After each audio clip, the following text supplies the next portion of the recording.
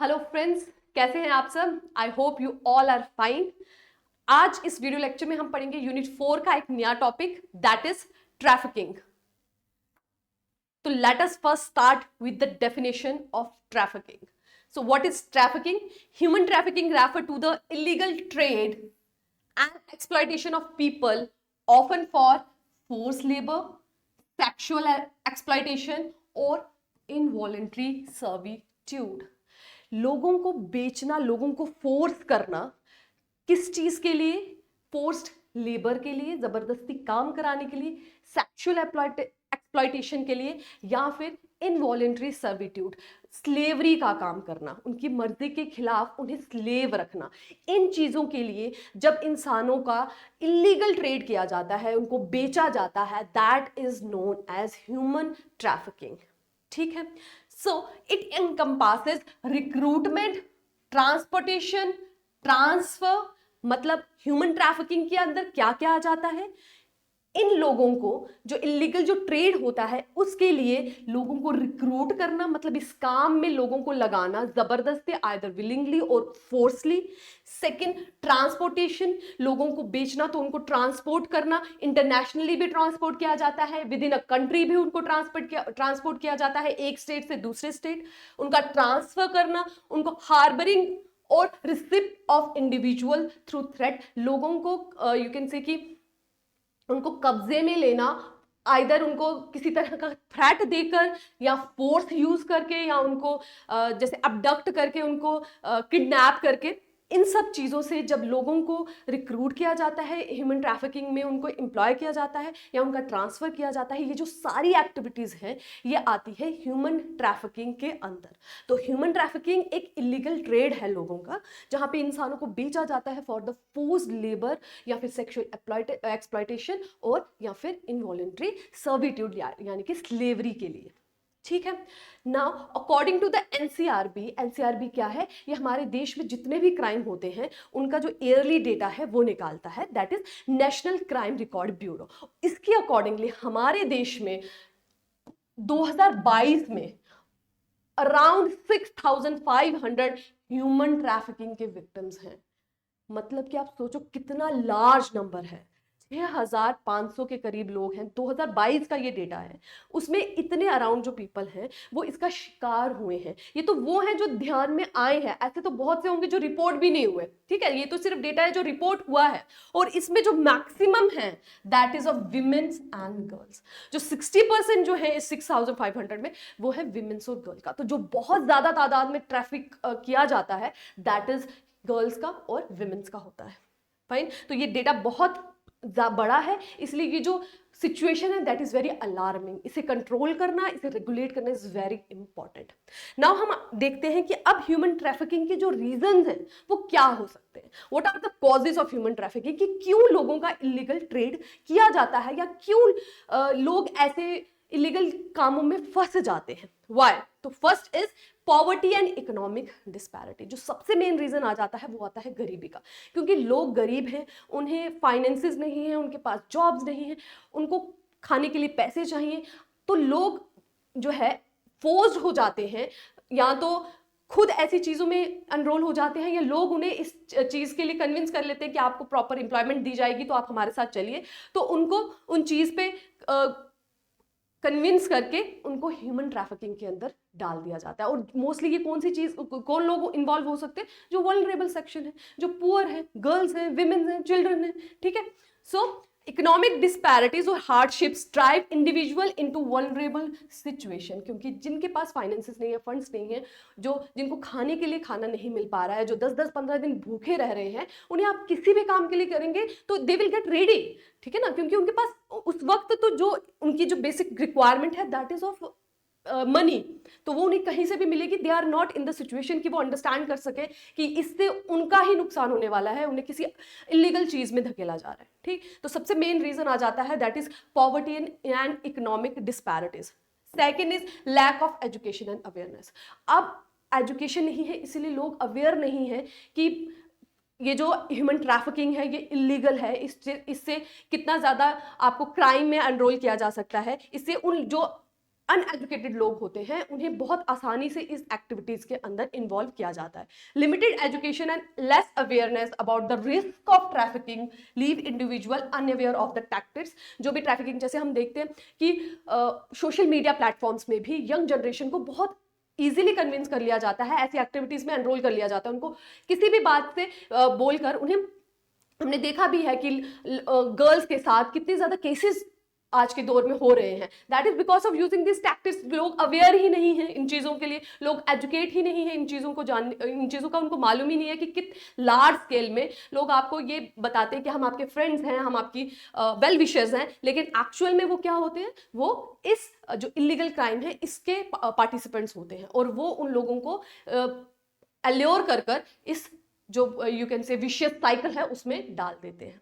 ठीक, तो second important reason आ जाता है lack of education and awareness. Third is conflict, instability and displacement. देखिए, जब भी किसी देश में कोई वॉर का सिचुएशन होता है, जब कन्फ्लिक्ट का सिचुएशन होता है, तो वहां सबसे पहले जो चीज डिटोरिएट होती है that is law and order. ठीक है, वहां लॉ एंड ऑर्डर की सिचुएशन नहीं रहती। ऐसी सिचुएशन में जो है ये ह्यूमन ट्रैफिकिंग का जो क्राइम होता है वो बहुत तादाद में बढ़ जाता है। तो वो एक बहुत इंपॉर्टेंट, क्योंकि पॉलिटिकल इंस्टेबिलिटी भी है, ठीक है, लॉ एंड ऑर्डर नहीं बन रहा, प्रॉपरली मैनेज हो पा रहा है, तो लोगों का जो इलीगल ट्रेड है, ट्रैफिकिंग है, वो लार्ज स्केल में होने लगती है। तो area affected by conflict, political instability और नेचुरल डिजास्टर। नेचुरल डिजास्टर के केसेस में हम देखते हैं कि वहां पे भी क्योंकि इकोनॉमिक डिस्पैरिटीज बहुत लार्ज स्केल में आती है, लोगों के घर टूट जाते हैं, उनकी जॉब्स छूट जाती हैं, उनका बहुत ज्यादा नुकसान हो जाता है, तो एक तरह से इकोनॉमिक हार्डशिप्स में वो लोग फॉल ऑन हो जाते हैं, तो they lead to the poverty and again they enter to this crime. ठीक है, तो ये जो सब कुछ है ये क्रिएट करता है एक इन्वायरमेंट ऑफ एक्सप्लॉयटेशन, क्योंकि लोग किसी भी तरीके से इस कंफ्लिक्ट की सिचुएशन से बचना चाहते हैं। ठीक है, वो नेचुरल कैलेमिटीज को अवॉइड करना चाहते हैं, अपनी सिचुएशन को, जो इकोनॉमिक सिचुएशन है उसे इंप्रूव करना चाहते हैं, तो वो कहीं ना कहीं एक एक्सप्लॉयटेशन की स्टेट में फॉल हो जाते हैं। ठीक, नेक्स्ट आता है सोशल मार्जिनलाइजेशन एंड डिस्क्रिमिनेशन। तो सोशल मार्जिनलाइजेशन, जो भी वल्नरेबल सेक्शन है जिनको सोसाइटी में नेग्लेक्ट किया जाता है, वो लोग ज्यादा चांसेस होते हैं ह्यूमन ट्रैफिकिंग में उनके ह्यूमन ट्रैफिकिंग में फंसने के। ठीक, तो जो मार्जिनलाइज्ड ग्रुप होता है including women, children, migrants and minorities. ठीक है, तो जो वल्नरेबल सेक्शन होती है जिनको इजीली कन्विंस किया जा सकता है इन चीजों के लिए, उनका ज्यादा चांसेस होता है ह्यूमन ट्रैफिकिंग में इन्वॉल्व होने का। और कौन कौन सी सेक्शंस आ जाती हैं उसमें?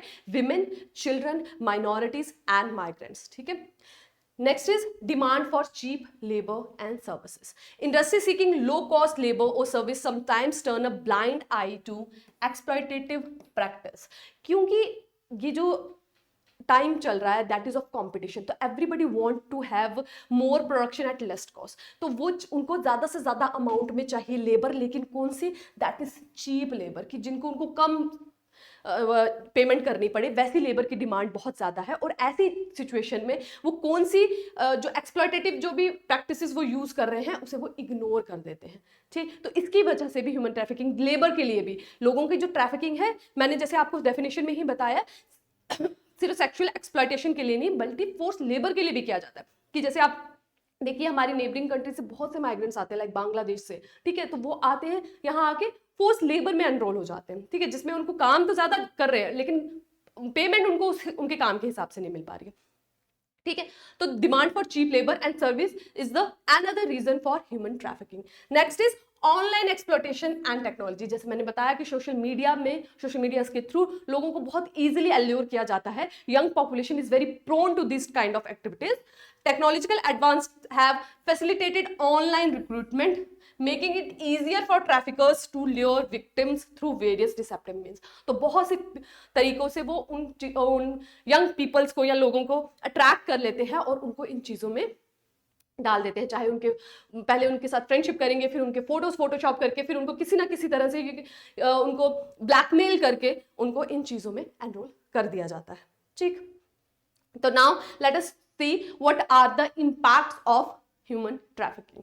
तो सबसे इंपॉर्टेंट आता है ट्रॉमा एंड साइकोलॉजिकल इफेक्ट। देखो, जो भी विक्टिम्स होते हैं ना ह्यूमन ट्रैफिकिंग के, जिनको बेचा गया है फॉर वेरियस मीन्स, उन सब का जो सबसे पहला इम्पैक्ट पड़ता है that is on the psychology, ठीक है, क्योंकि जो विक्टिम्स होते हैं दोबारा जब सोसाइटी में आते हैं, सोसाइटी उनको उस तरह से एक्सेप्ट नहीं करती है, एक स्टिग्मा, सोशल स्टिग्मा उनके साथ अटैच हो जाता है। तो जो सबसे इंपॉर्टेंट पड़ता है that is on the psychology. वो आगे की जो उनकी जिंदगी है, अगर उनको किसी तरह से रेस्क्यू कर भी लिया गया है तो भी जो उनके आगे की जिंदगी है वो वैसी नहीं हो पाती, ठीक। तो सबसे पहला जो इंपैक्ट होता है that is on the psychological effect. Second आता है फिजिकल हेल्थ कॉम्प्लिकेशन, ठीक है, क्योंकि जिन भी लोगों को ट्रैफिकिंग में जो लोग गए होते हैं, जो विक्टिम्स होते हैं ट्रैफिकिंग के, उन लोगों के साथ फिजिकल अब्यूज भी किया गया होता है। तो फिजिकल हेल्थ भी एक बहुत बड़ा, जो फिजिकल हेल्थ पे जो इनका इम्पैक्ट होता है that is also one of the major impact. और कभी कभी तो उनकी लॉन्ग टर्म इंजरीज भी होती हैं जो लाइफ लॉन्ग होती है, जो कभी ठीक नहीं हो पाती, जो उनको एक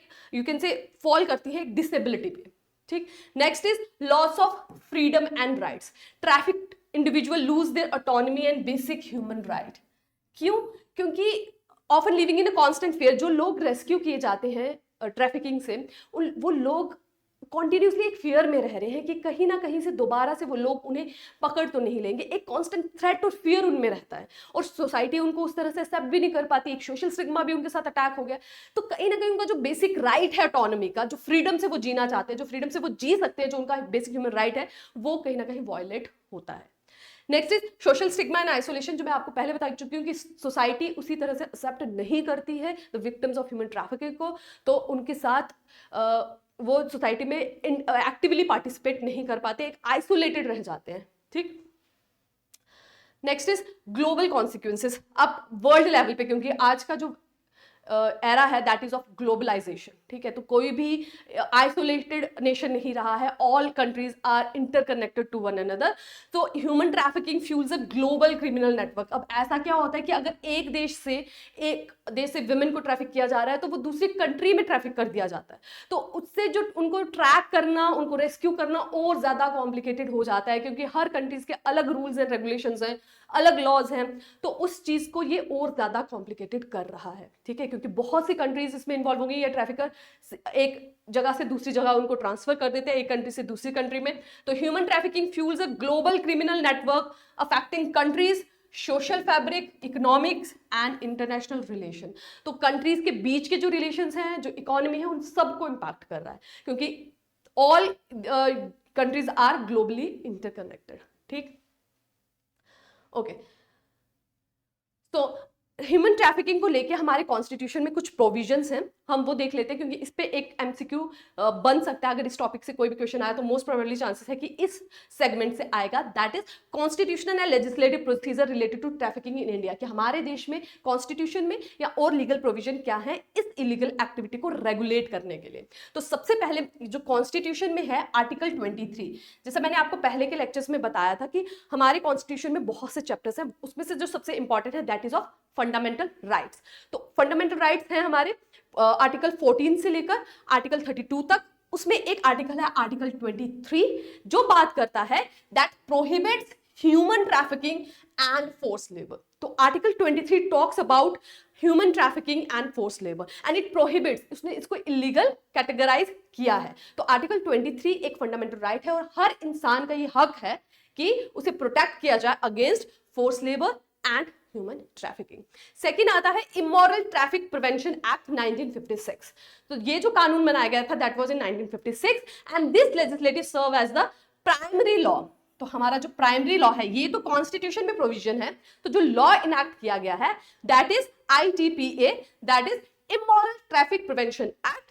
this is a primary law which aim to prevent human trafficking specially for commercialisation of sexual exploitation. तो सेक्सुअल एक्सप्लॉयटेशन के लिए जो ट्रैफिकिंग की जाती है लोगों की, उसको रेगुलेट करने के लिए जो प्राइमरी लॉ है that is ITPA, that is immoral trafficking prevention act. Next आता है protection of children from sexual offences act. ये एक्ट हमने डिटेल में पहले के वीडियो लेक्चर में कंप्लीट किया है, जिसने भी वो नहीं देखा है वो वहां जाके देख सकता है। इसमें भी जो बच्चों की ट्रैफिकिंग की जाती है फॉर द सेक्सुअल एक्सप्लॉयटेशन, उसकी जो यू कैन से उसका जो कंट्रोल है that comes under the POCSO act and it was launched in year it was enacted in year 2012 में ये इनैक्ट किया गया था। एंड ये जो बेसिकली फोकस करता है on the trafficking of children, ठीक। So it provides clear definition for various forms of sexual abuse. तो इसमें क्लियरली डेफिनेशन किया गया है कि बच्चों की पोर्नोग्राफी जो है उसको भी एक तरह के क्राइम के अंदर कैटेगराइज किया गया है, ठीक। तो हर टाइप के सेक्सुअल अब्यूज को डिफाइन किया गया है and also encompass penetrative and non penetrative assaults as well as sexual harassment, ठीक। तो जो चिल्ड्रन की ह्यूमन ट्रैफिकिंग को रेगुलेट करता है that is POCSO act that was enacted in the year 2012। Okay, other specific legislation क्या है human trafficking से related? One is prohibition of child marriage act, ठीक है। तो बाल विवाह को रोकने के लिए जो एक्ट बनाया गया था 2006 that also related to human trafficking, क्योंकि ये जो चिल्ड्रन की जो मैरिज है उसके लिए भी बच्चों को बेचा जाता है, बच्चों का ट्रैफिक किया जाता है, सो दैट ट्रैफिकिंग की जाती है। तो prohibition of child marriage act 2006 is also one of the legislation for the regulation of human trafficking. Next आता है the bonded labour system abolition act and the child labour prohibition and regulation act. तो ये सभी जो act हैं इनका जो focus है कि बच्चों को फोर्स लेबर ना कराई जाए, चाइल्ड मैरिज ना हो उनकी प्रोहिबिशन के लिए, या फिर bonded labour that is force labour जहां पे काम कराया जाता है बट पैसे नहीं देते, तो that type of labour. So bonded labour abolition act, these all act are related to the human trafficking, ठीक। And most important is that the transplantation of human organ act. देखिए आजकल क्योंकि डिजीज अलार्मिंग स्टेज में बढ़ रही हैं, ठीक है, तो जो ऑर्गन ट्रांसप्लांट है, ऑर्गन्स के बेचने के लिए भी लोगों को ह्यूमन ट्रैफिक किया जाता है, लोगों की जो बेचा जाता है, लोगों का जो इलीगल ट्रेड है वो ह्यूमन ऑर्गन्स के लिए भी किया जाता है, लोगों को बेचा जाता है ताकि उनके ऑर्गन्स को बेचा जा सके इंटरनेशनल कंट्रीज में, क्योंकि बहुत डिमांड है, लोगों के मल्टी ऑर्गन फेलियर्स हो रहे हैं, उनकी ऑर्गन की इतनी डिमांड है जितनी अवेलेबिलिटी नहीं है, और हमारे देश में पॉवर्टी बहुत ज्यादा है, तो लोगों को थोड़े से पैसे के लिए उनका ट्रेड किया जाता है फॉर किसके लिए? ह्यूमन ऑर्गन के ट्रेड के लिए, ठीक। तो इसके लिए स्पेसिफिक एक एक्ट बनाया गया है that is the transplantation of human organs act 1994, जिसमें कि पूरा ध्यान रखा जाता है कि जो भी ऑर्गन ट्रांसप्लांटेशन हो रहा है उस जो ऑर्गन डोनर है that is not a victim of human trafficking, ठीक। एंड नेक्स्ट इज जो सेक्शन है आईपीसी की that is 372 and 373, it also deals with the selling and buying of girls for prostitution, ठीक है। तो आईपीसी की जो सेक्शन है that is 372 and 373 that deals with the human trafficking for sexual exploitation, ठीक है। तो ये सब लॉज थे that deals with the human trafficking. Next is, अब जैसा कि हम देख चुके हैं ऑलरेडी कि जो इंटरनेशनली ये ग्लोबलाइज है और ये इंटरनेशनली स्प्रेड हो चुका है ह्यूमन ट्रैफिकिंग, तो पूरे वर्ल्ड में इससे रिलेटेड कुछ कन्वेंशन, कुछ एक्ट्स लाए गए हैं जिसपे हर कंट्री ने जिस सिग्नेटरी है, जिसकी इंडिया भी एक इंपॉर्टेंट सिग्नेटरीज है, और वो कौन कौन से कन्वेंशन है देख लेते हैं। तो पहला है United Nation convention on transnational organised crime, UNCTOC। तो ये आपको ध्यान रखना है कि जो इंटरनेशनल फ्रंट पे जो कन्वेंशन है that deals with the human trafficking that is UN convention transnational organisation crime.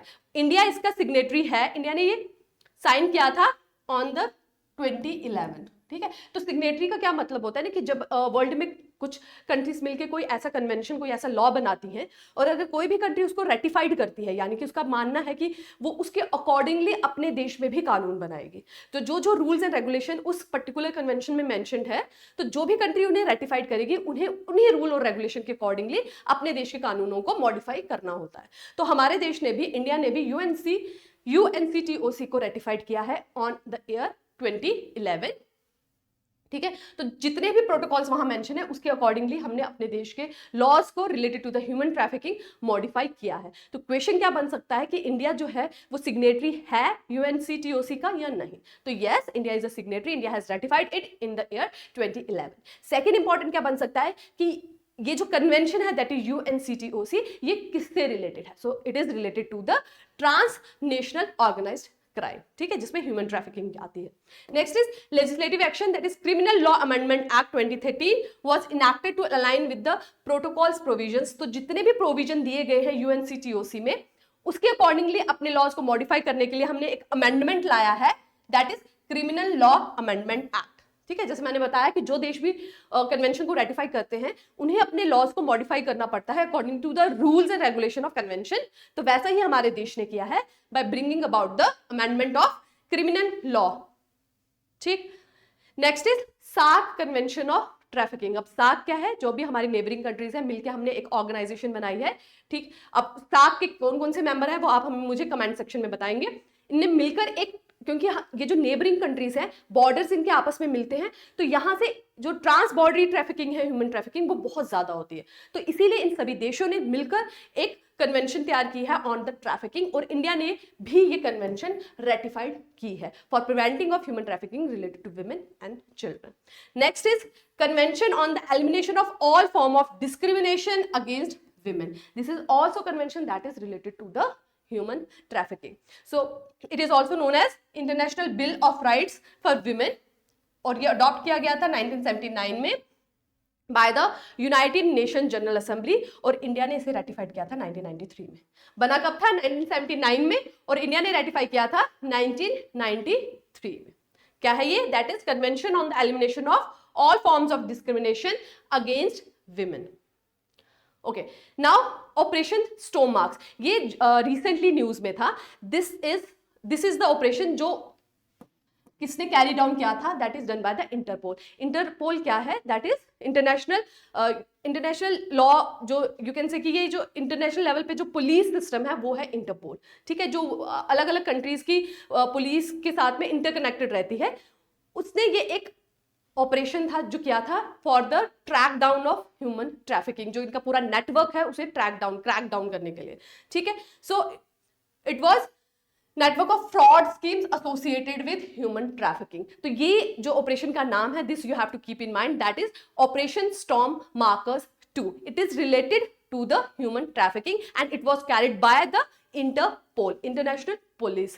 Okay, it mobilized law enforcement in 27 countries. तो अराउंड 27 कंट्रीज में इन्होंने, एशिया और अदर रीजन में अराउंड 27 कंट्रीज में इन्होंने क्रैक डाउन किया ट्रैफिकिंग को, और बहुत से विक्टिम्स को रेस्क्यू किया। और उन्होंने क्या फाइंड आउट किया कि जो मैक्सिमम विक्टिम्स थे that were from the Asia regions, ठीक है।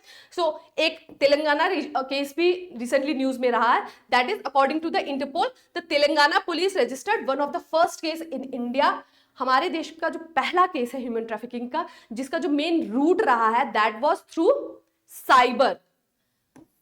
साइबर फ्रॉड, मतलब ऑनलाइन प्लेटफॉर्म के थ्रू पहली बार रिक्रूट किया गया है ह्यूमन ट्रैफिकिंग का। जो पहला केस मिला है that is from the Telangana. किसने ये बताया है? That is according to Interpol, ठीक है। देखिए रिसेंटली न्यूज में था। ओके, अब इसी जो यही जो ऑपरेशन था, operation storm marker, it has resulted into around 281 individual across various countries, ठीक है। अराउंड 281 लोगों की अरेस्ट हुआ है जो वेरियस कंट्रीज में इस पूरे जो सिस्टम है, पूरे रैकेट को चला रहे थे ह्यूमन ट्रैफिकिंग से रिलेटेड, ठीक। और काफी लोगों को इन्होंने रेस्क्यू भी किया है, that is around 149 victims were rescued, initiating over 360 investigation and a substantial number of which are currently under active pursue by law enforcement agency, ठीक है। तो ये जो पूरा ऑपरेशन था, ऑपरेशन स्टॉर्म मार्कर्स 2, इंटरपोल ने ये किया था। अराउंड 27 कंट्रीज के अक्रॉस 27 कंट्रीज इन्होंने हंट किया to track down the human trafficking, और इन्होंने बहुत से लोगों को अरेस्ट किया, दैट इज अराउंड 281, और बहुत से विक्टिम्स को रेस्क्यू भी किया है। और इसी सारे ऑपरेशन के दौरान उन्होंने फाइंड आउट किया कि हमारे देश का जो पहला ह्यूमन ट्रैफिकिंग का केस जो कि based on the cyber fraud है, वो पाया गया in the state of Telangana, ठीक। नाउ अब इंडिया ने क्या स्टेप्स लिए हैं फॉर कंट्रोलिंग ह्यूमन ट्रैफिकिंग? तो हमने देखा जितने भी इंटरनेशनल कन्वेंशन है हमने उसे रेटिफाइड किया। रेटिफाइड का करने का मतलब है कि हम मॉडिफाई करेंगे अपने लॉज को उनके अकॉर्डिंगली, और हम इस इलीगल ट्रेड को कंट्रोल करने के लिए, क्रैक डाउन करने के लिए वी आर रेडी, ठीक है। तो इंडिया हैज रेटिफाइड UNCTOC, कब किया था? 2011 में। Next, India has ratified SAARC convention, ठीक। सार्क की मेंबरशिप आपने मुझे बतानी है कमेंट सेक्शन में। Next is a memorandum of understanding between India and Bangladesh. जैसे मैंने आपको बताया, इंडिया और बांग्लादेश का जो बॉर्डर है ना, वो बहुत पोरस है, क्योंकि वो बहुत ही यू कैन से माउंटेन्स और रिवर्स से क्रॉस होता है, तो एक फिक्स्ड लैंडमार्क ड्रॉ नहीं है, और वहां से इलीगल माइग्रेंट्स बहुत होती है, इलीगल माइग्रेशन बहुत ज्यादा होती है, और जो ह्यूमन ट्रैफिकिंग है that is also very prone in the border area of India and Bangladesh. तो इंडिया और बांग्लादेश के अंदर एक मेमोरेंडम ऑफ अंडरस्टैंडिंग भी साइन हुआ है for crack down of human trafficking, ठीक। Next is anti trafficking nodal cell. ये जो है हमारी मिनिस्ट्री ऑफ होम अफेयर्स ने सेटअप किया है in the year 2006 to act as a focal point for communicating various decisions and follow up on action taken by the state governments. तो एक nodal cell, एक पर्टिकुलर फोकल पॉइंट को create किया गया है मिनिस्ट्री ऑफ होम अफेयर्स से 2006 में, जिसमें जितनी भी स्टेट्स हैं इंडिविजुअल, क्योंकि इंटरस्टेट ह्यूमन ट्रैफिकिंग भी हो रही है, तो जितने भी स्टेट कोई स्टेप्स उठा रहे हैं उनकी कोऑर्डिनेशन के लिए, कम्युनिकेशन के लिए एक फोकल सेंटर को सेटअप किया गया है by the ministry of home affairs, that is called anti trafficking nodal cell. तो क्वेश्चन क्या बन सकता है कि एंटी ट्रैफिकिंग नोडल सेल किस मिनिस्ट्री के अंडर आता है, ठीक है, and it is related to which, वो तो नाम से ही क्लियर हो जाता है, that is related to human trafficking. Second important is year. Next is judicial collegium. So what is it? In order to train and sensitize the trial court judicial officers, देखिए जब भी कोई विक्टिम होता है human trafficking का तो उसकी judicial proceeding होती है ताकि उसे अप्रोप्रिएट कंपनसेशन मिल सके और कल्प्रिट को अप्रोप्रिएट सजा मिल सके। तो जो भी लोग इसमें इन्वॉल्व हैं जुडिशियल प्रोसीडिंग में, उनकी सेंसिटाइजेशन की जा सके ताकि वो विक्टिम्स को तरीके से हैंडल करें, उसके लिए एक जुडिशियल कोलेजियम बनाया गया है, ठीक है, in order to train and sensitise the court judicial officers. Court में जितने भी ऑफिसर्स हैं, वो जज हो गए या एडवोकेट्स हो गए, उन सब की सेंसिटाइजेशन हो, ठीक है। Okay, the aim is to sensitise the judicial officer about the various issues concerning human trafficking and to ensure speedy process, ताकि जल्दी से जल्दी जो है विक्टिम को न्याय मिले, ठीक है, उनको साइकोलॉजिकली जो इम्पैक्ट है वो मिनिमाइज किया जा सके। इसके लिए जो ट्रेनिंग है, जो सेंसिटाइजेशन है वेरियस जुडिशियल ऑफिसर्स की, वो की जाती है अंडर जुडिशियल कोलेजियम।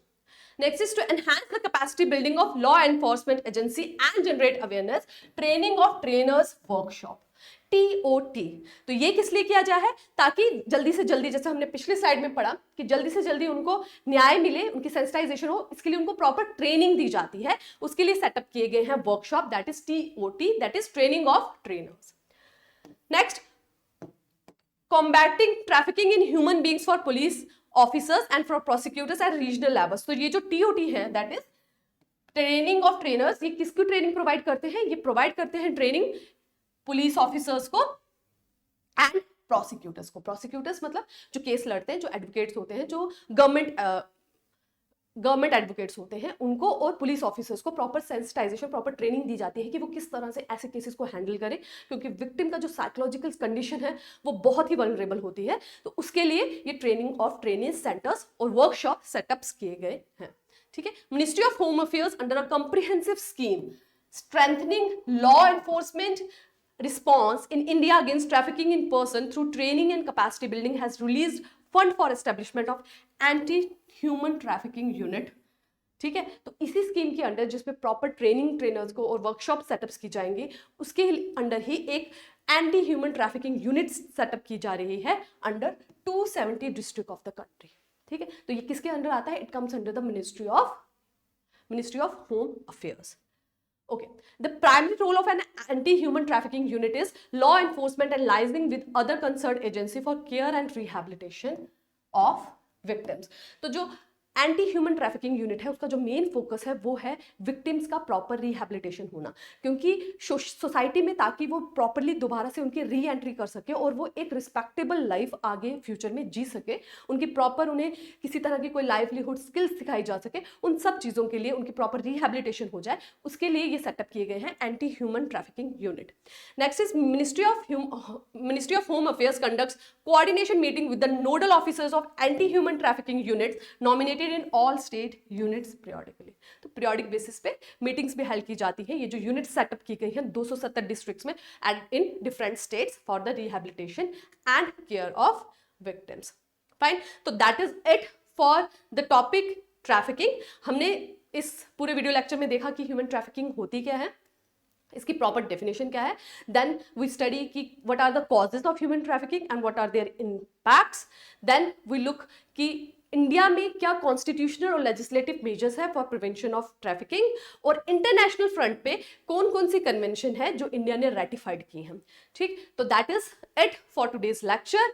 तो मिलेंगे नेक्स्ट लेक्चर में एक नई वीडियो, एक नए टॉपिक के साथ। Till then take care and keep working hard. Thank you.